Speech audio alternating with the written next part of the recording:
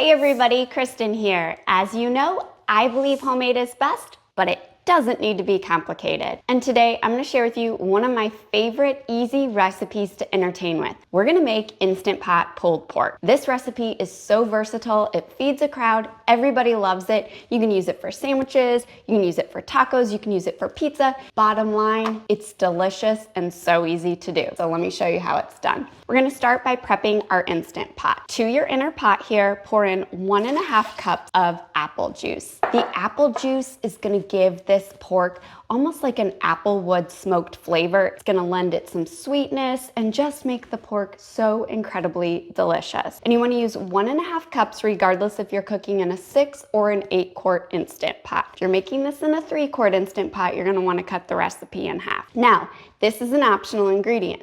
I'm adding in 1 teaspoon of liquid smoke. If you don't have liquid smoke or you don't want to cook with it, you can add in 1 teaspoon of Worcestershire sauce, or you can skip it all together and use smoked paprika or just regular paprika. Your pork will still be delicious. So that's it for our Instant Pot. Now let's make the most delicious dry rub. I use this dry rub on everything.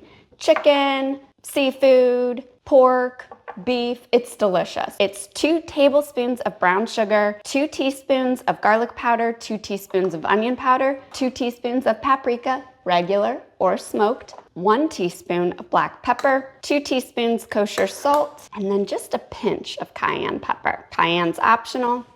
I like it for a little bit of heat. And you just want to mix that together so that the brown sugar is evenly incorporated into the spices. The brown sugar with the savory spices and the apple juice, it just creates the most delicious barbecue flavor. So perfect for this. Pork, ribs, I'm telling you, it's just delicious. Now that our spice rub's mixed up, let's talk about our pork. So for our pork, I have about 4 pounds of cubed pork butt. You can make this recipe using 3 to 5 pounds of pork shoulder, pork butt, or pork loin. It's best to cut your pork into large 3 to 4 inch chunks so that it cooks a lot faster and it fits in your Instant Pot a little bit better. Pork loin and pork butt, pork shoulder tend to be rather large roasts. One thing to keep in mind, if you are purchasing a pork butt or a pork shoulder, sometimes they have a bone in them. So cutting around a bone can be a little bit tricky. So you want to look for a boneless pork butt or pork shoulder, or if you have a really great butcher, they'll cut it for you into chunks, which is awesome and typically free. So I have some pork butt here that I have cut into large chunks. I had a boneless pork butt, and then I just have some gloves on just to protect my hands while I'm cooking. And I'm gonna pour this dry rub over the pork, and we're just gonna rub it in, massage our pork so that it gets all super flavorful. Coat it evenly on all the sides. And then once mixed, you can just pop it right into the apple juice mixture in your inner pot here. And it's okay if it's all stacked together. It will still cook perfectly. It will be delicious. And let's say that you had a full pork loin roast or a pork butt and you wanted to not cut it into chunks. That's fine. As long as it fits inside your Instant Pot, I will give you the cooking times so that you can cook this whole.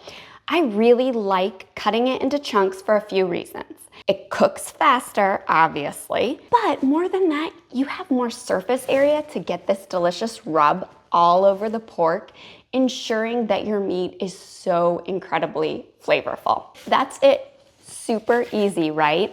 So we're gonna pop our lid on our Instant Pot. Make sure your knob is pointed towards sealed. Now to set the cooking time. If you're using pork loin, it's leaner, so it's gonna cook a little bit faster. You're gonna cook on high pressure for 30 minutes total, or 30 minutes per pound if you were cooking a whole pork loin roast. So 30 minutes if it's cut into chunks, or 30 minutes per pound for a pork loin. For a pork butt or a pork shoulder, you wanna cook for 40 minutes on high pressure if it's cut into cubes, or 40 minutes per pound if it's whole. Simple, right? To set the cooking time, you're going to hit the pressure cook or manual button and use the plus or minus buttons to adjust until it reads 30 or 40 minutes. While my pork is cooking here, let me show you an optional topping for pulled pork sandwiches that my family loves. And this is one of my most popular recipes on my site. This is for homemade coleslaw. So simple to make. I'm gonna make a half a batch here. I have a 1/4 cup of mayonnaise in here, real mayonnaise. I'm a Hellmann's girl through and through. You could also use any real mayonnaise you like. Don't use Miracle Whip for this. It just won't have the same flavor. You could also use plain Greek yogurt if you like to keep this on the leaner side. To it, we're adding in a 1/2 tablespoon of white vinegar, a 1/2 tablespoon of granulated sugar. You could use honey too. And then just a pinch of salt, about 1/8 teaspoon there. It doesn't need much. Whisk that together. The vinegar is gonna add tang and help break down the cabbage here. The mayonnaise gives it a nice creamy texture. And sugar just, well, it's classic, gives it the classic flavor of coleslaw you know and love. To that, I am adding in half of this mixture. This is a 1/2 head of green cabbage that's been shredded. I'm gonna use a 1/4 head of cabbage here. And then I leave some plain because some people in my family, I won't name names, don't like coleslaw, but they love cabbage on their pulled pork. So I leave half undressed and half dressed. You want to prepare this while your pork is pressure cooking because it does taste better after it's had time to sit in the fridge, about 30 minutes or so, just so the cabbage can break down and the vinegar can work and give it that creamy texture. It's perfect. So once you mix this together, cover, pop it in the fridge, and it'll be ready for you to make some sandwiches after your pork has cooked. Once your pork is pressure cooked, let pressure release naturally on its own for at least 10 minutes. Super important to keep that pork tender.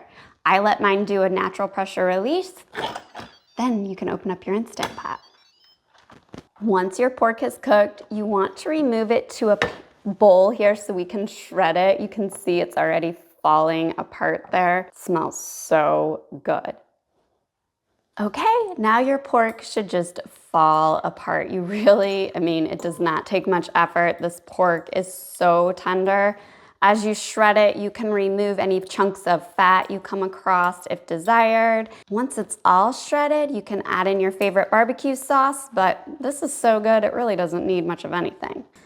Now this made a lot of pork, and that's why it's great for a party, like I said earlier, but if you were serving this for your family, feel free to let this cool and then freeze it in 1 to 2 cup portions so you can pull it out and make some like pulled pork quesadillas or add to a pizza or just make a quick sandwich. So many great uses. So now that this is all shredded, I'm gonna go ahead and add in some barbecue sauce, just about a 1/2 cup of your favorite barbecue sauce.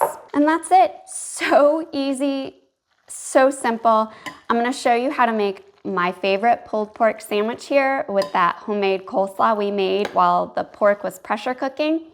And I'm telling you, you guys are gonna love this one.